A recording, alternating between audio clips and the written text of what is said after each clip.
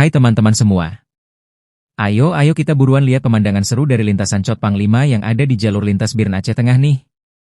Soalnya tempat ini dulu pernah mengalami masa-masa yang cukup berat loh, ada tanah longsor parah banget setelah air deras menggerus lereng bukitnya dengan kuat banget. Waktu itu sebagian areanya memang terlihat rusak dan tanahnya terbuka begitu aja. Tapi sekarang udah mulai pulih dengan sendirinya loh. Kalau kita mulai lihat ke sekeliling, bukit-bukit yang tinggi-tinggi di sepanjang jalan langsung bikin mata kita ketarik banget. Setiap batu dan tanah yang udah stabil sekarang penuh banget sama lapisan lumut hijau yang segar dan kece abis. Warnanya yang hijau pekat bikin kita langsung merasa sejuk dan kayak lagi dekat sama alam banget.